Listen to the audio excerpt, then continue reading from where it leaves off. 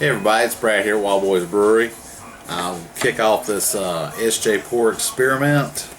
I'm going to follow suit with what Tyler did. I'm just going to do my beer. I'm not going to grade it. I'm going to leave that up to everybody else. I'm just going to talk about it a little bit, what's in it, what I did, and so forth. And this is a stout. It's an oatmeal stout. It's better if you let it warm up. Serve it about 45 to 55 degrees. I pulled it straight out of the fridge, the first one I drank, and it's okay cold, but once it warms up it gets a lot better. It smooths out and the flavors start coming through in it more. So go ahead and open it up. Where you get his. Go ahead and pour this.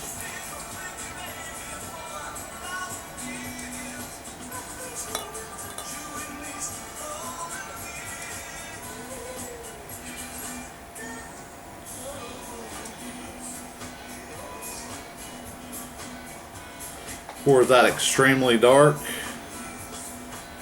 mocha head. It's like about 2 fingers on the pour. Khaki, tight bubbles. Get the nose on it. It's like, get the chocolate. Get the vanilla. Get like this sweet caramel kind of smell to it. Smells pretty nice. Get a drink on it.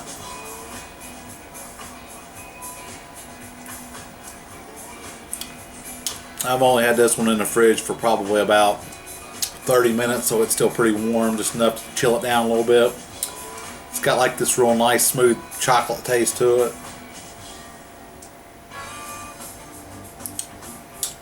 Good mouthfeel, it's nice and creamy.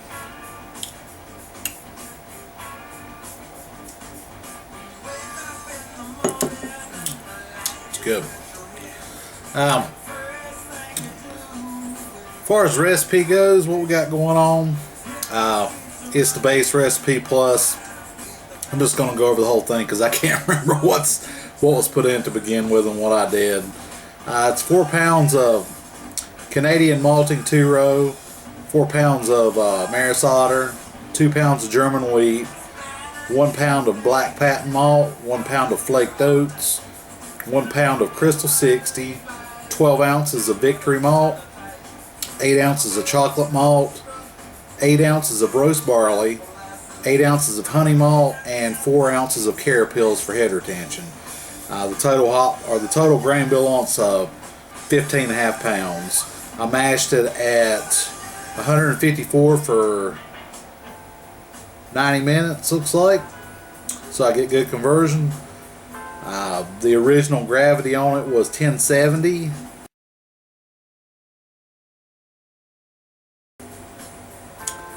And then when I bottled it, it went on down to, I bottled it. This thing stayed in the, what I did was I did a 3-week primary, then I transferred it to secondary, and I left it on the vanilla beans for, I don't remember. Okay, so it set on the vanilla beans. It was 6 Madagascar vanilla beans in primary for the 3 weeks, and then I racked it over to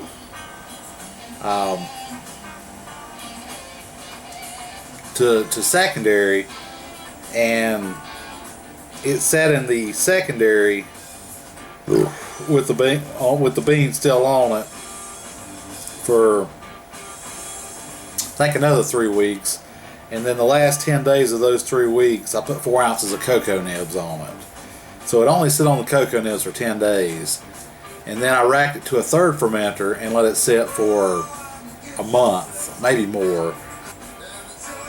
Set in a 3rd fermenter for about a month, and then I bottled it up, and I bottled it at 2.2 liters of CO2 per volume, which is what the style called for. The IBUs on it are at the top of the mark. They're, I think, 44, 45, whatever that was. Whatever it was, the max on it was what I did. The hops that I used in it are Mosaic and UK Phoenix. It's got 3 ounces of Mosaic and 1 ounce of UK Phoenix. I did first wort hopping with 1/4 ounce of each, and then at 30 minutes I did 1/4 ounce of each. At 15 minutes I did 1/4 ounce of each. At 5 I did 1 ounce of Mosaic, and then I whirlpooled it with 1 1/4 ounce of Mosaic and 1/4 ounce of Phoenix. And I used Y Yeast 1056 from yeast strain. 1 smack pack made into a 2-liter starter. 1/4 teaspoon of Y yeast nutrient to use Whirlflock. 6 Madagascar vanilla beans, and then 4 ounces of cocoa nibs. And I mashed it at 154. So that's pretty much what I did. I had some extra time to let it sit. You can see the head's died down on it now. It's like 1/4 finger ahead. It's got good lacing. It did finish up a little higher than what I thought it was going to. It's 8%. I don't think you can really taste or get the alcohol off of it. One thing I did notice though that Pat's fan did, he said it has got a little bit of an astringency to it if you drink it straight out of the fridge from the cocoa nibs. And that pretty much seems to fade away once you let it warm up. It's probably going to come across a little more bitter, I think, than what the cap on the IBUs are, because the cocoa nibs did put some bittering in it as well as the chocolate flavor. Did only do 10 days. One of the things I have noticed about the cocoa nibs is they do seem to put a little bit of bittering to the beer. It's not bad, but if you drink it straight out of the fridge, it is going to have a little bit of an astringency to it, it seems like. And if you let it warm up, that seems to go away. It's very smooth, very nice drinking beer. It does have some alcohol legs on it. If you swirl it up on the glass and then hold it up to the light, you can look and see it. But I don't get any alcohol in the taste, even after it warms up, so I was pretty happy about that. Overall, I'm very pleased with the way it turned out, and I hope everybody likes it. My only real suggestion is let it warm up before you drink it. It's a lot better, just like about any other stout is. So that's going to wrap it up. Hope you guys enjoy this beer. Give me feedback on it. Let me know what you think. If you have any questions. The labels on mine did get messed up because one of my beers broke when I shipped it to SJ to begin with.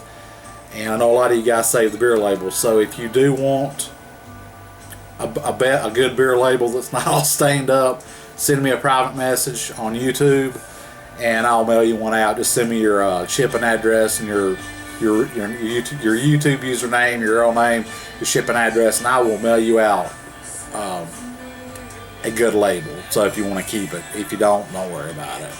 Anyway, that's going to wrap it up. Hope you guys enjoy the beers. I'm looking forward to checking the rest of them out, and I will be back with another SJ Porr Experiment beer review soon. Cheers.